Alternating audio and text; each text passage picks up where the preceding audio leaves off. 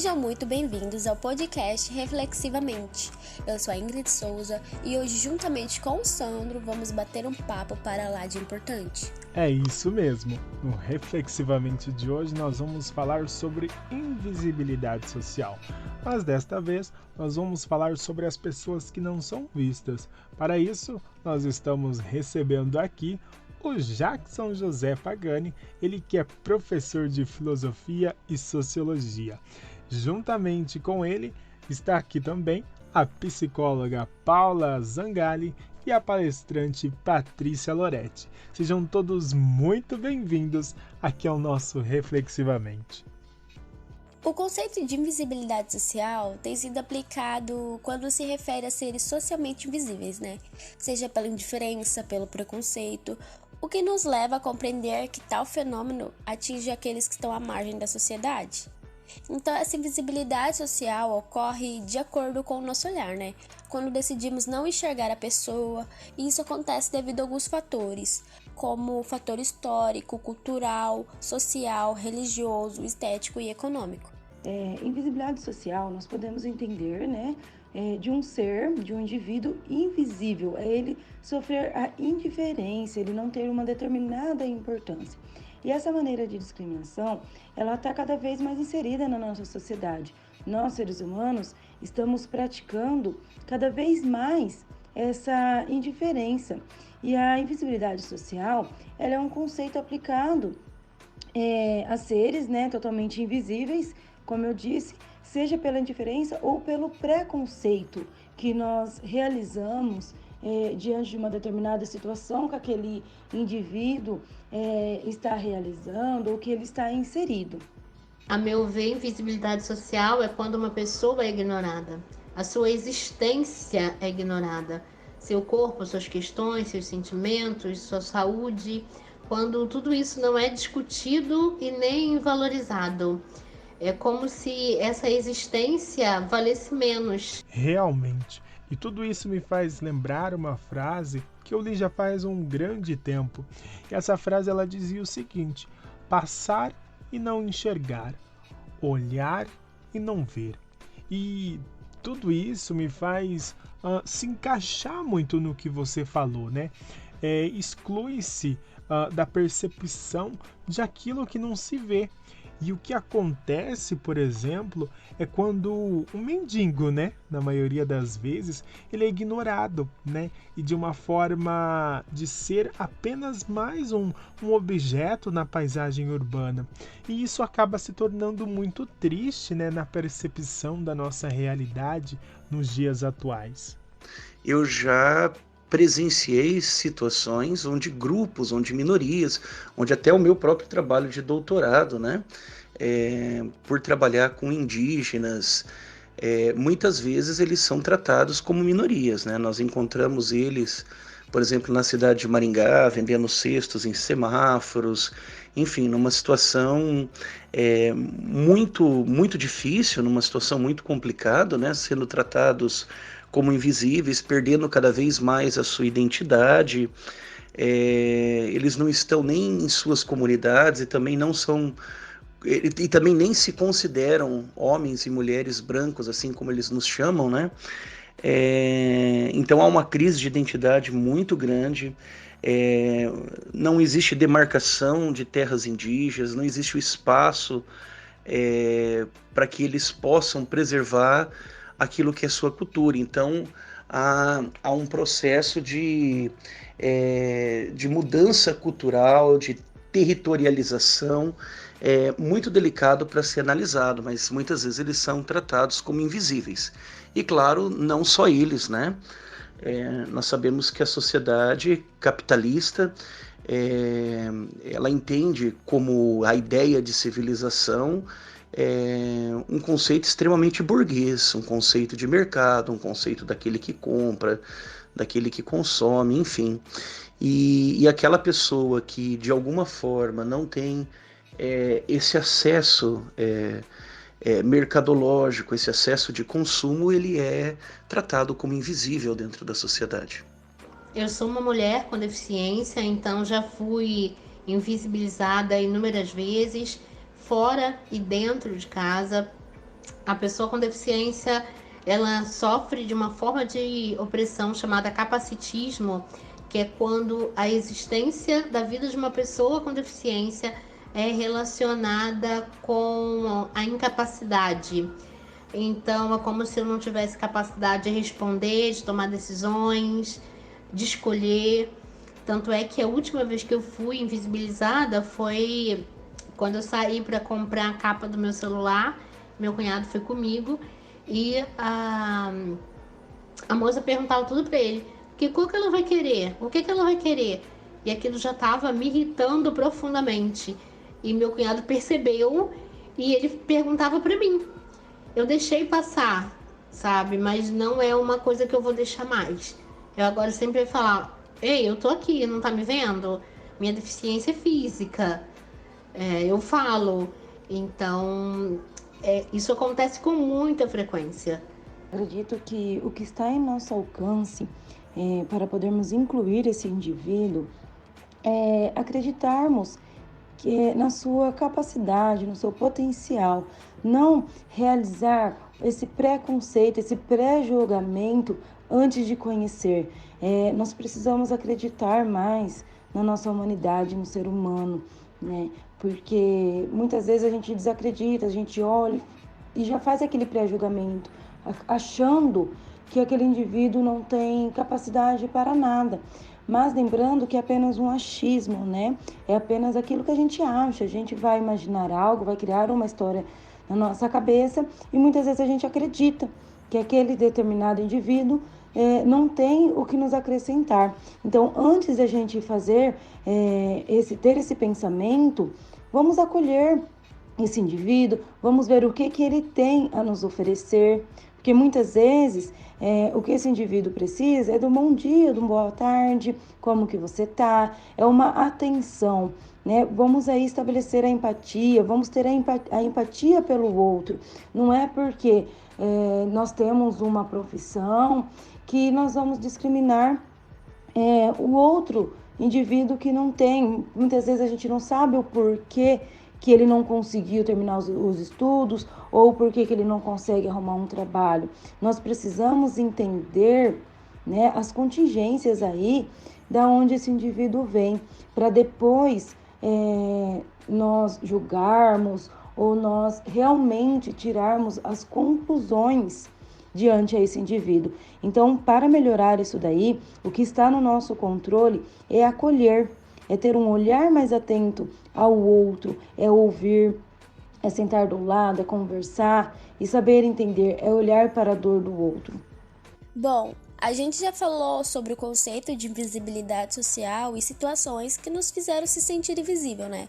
Mas se nos colocarmos no lugar de praticante da invisibilidade, por exemplo, ou melhor, praticante não, mas em momentos que chegamos a invisibilizar alguém. Sim, com certeza. Já pratiquei, sim, essa invisibilidade social diante de algum indivíduo. Porém, quando foi praticado, foi no momento ainda que eu não tinha esse conhecimento, né? Do tanto que esse pré-julgamento, esse preconceito poderia afetar de uma forma negativa na vida do outro. Então, a partir do momento em que eu obtive esse conhecimento, que eu fui mais a fundo, né, de saber do impacto que isso causaria na vida do indivíduo, eu não realizei mais esse preconceito. Não fiz com que o indivíduo se tornasse invisível diante a sociedade, não sentisse essa indiferença, porque cada um tem o seu potencial, pode chegar, pode conquistar o que quiser, mas é no tempo dele. Todos nós temos um tempo. Eu tenho um tempo de praticar alguma coisa, você tem outro, quem está nos ouvindo tem outro. Às vezes é uma mesma demanda, só que cada um de nós temos um potencial para aquilo, temos um conhecimento diferente para determinado assunto. Então, é da nossa prática permitir que o outro se exponha a sua ideia, exponha aquilo que ele sabe, os seus conhecimentos, as suas experiências, Porque muitas vezes a gente acredita que domina um determinado assunto e fulano, às vezes porque não tem uma formação, aquele fulano não sabe de nada, ele não vai conseguir nos acrescentar. Mas pelo contrário, esse fulano, esse indivíduo, ele tem muito a nos acrescentar. Às vezes ele não tem uma formação, mas a experiência de vida dele faz com que ele tenha bem mais conhecimento que nós, né? Então, assim, nós não podemos desmerecer ninguém. Acredito que cada um tem a sua posição e tem que se posicionar diante de qualquer coisa. Provavelmente eu já invisibilizei alguém. A gente faz isso direto, sobretudo com pessoas em situação de rua, né? Hoje eu entendo o contexto social. Hoje eu tenho uma maturidade maior para entender essas coisas e para buscar não invisibilizar pessoas, mas a gente acaba fazendo em algum momento da vida. Não, claro, com certeza. Eu já me peguei invisibilizando alguém, mas acredito que seja mais por timidez do que um preconceito. Eu tenho muita vergonha de chegar nas pessoas. Realmente, enquanto vocês todos estavam falando, eu ia refletindo, né? Refletindo, mas sem clichê. E quando a gente começa a entender esse contexto social, eu acredito que a invisibilidade feita por todos nós como sociedade, né? Essa não precisa nem ser, né, como palavras, mas eu penso que um olhar ele pode acabar com toda a estrutura de alguém que está sofrendo essa invisibilidade social. E esse é um tema que me faz refletir bastante sobre o meu comportamento com o outro. E todas essas questões que acabamos de discutir me faz pensar no que a pessoa que sofre com a invisibilidade social, né, se sente. É muito importante pensar nisso. E é uma marca psicológica, uma marca muito terrível se nós todos, como sociedade, parássemos para analisarmos. Quando a gente é invisibilizado, a gente se sente mal, não valorizado, não respeitado e o pior, a gente se sente não pertencente. As pessoas que cometem o erro contra a gente, parece que a gente não pertence àquele lugar. Mas nós nascemos numa sociedade, né? Todo indivíduo pertence a uma sociedade.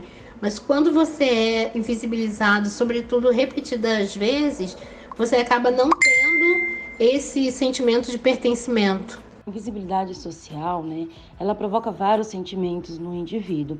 São sentimentos de desprezo, de humilhação e até processos que podem levar até a depressão. Como eu mencionei anteriormente, é um sentimento de potência, né, onde acreditamos que não somos capazes de fazer algo, de conquistar, às vezes, uma graduação, ou ter um carro bom, e ser invisível perante a sociedade é importante para a espécie humana. A gente ser valorizado de alguma forma é uma parte integrante da nossa passagem pela vida. Temos que ser alguém, temos que ser um bom profissional, um bom estudante, um bom pai, uma boa mãe, enfim, desempenhar um papel eficaz diante da sociedade. Isso faz nós nos tornarmos seres humanos visíveis, seres humanos que conseguimos nos impor, que consigamos aparecer diante a uma sociedade.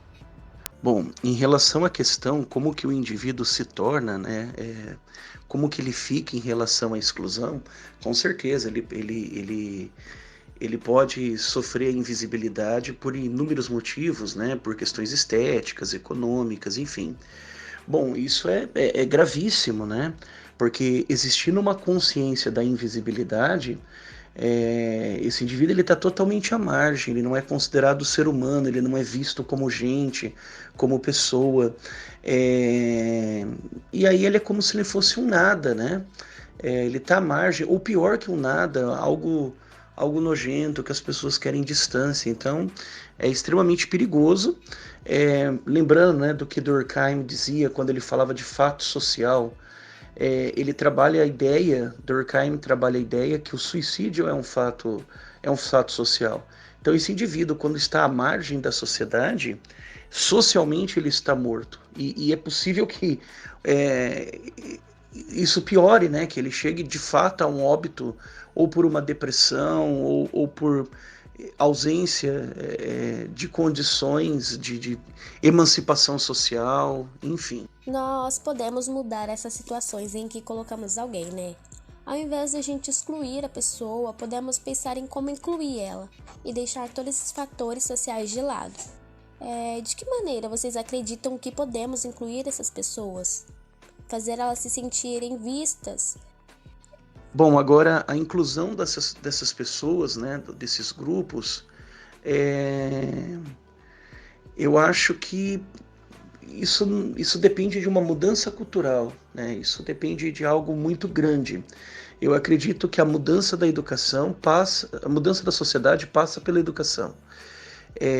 Não são medidas imediatistas, né? Como nós hoje observamos na sociedade, uma propagação à violência, né? As pessoas acham que as coisas resolvem com uma exacerbação à violência e, na verdade, a situação não vai se resolver assim. É necessário que tenha uma mudança cultural, e essa mudança dessa cultura, ela passa pela educação, pelo processo de condições de igualdade, de equidade. É importante que exista alteridade em relação aos outros, é importante a empatia, e isso não vai acontecer com um discurso.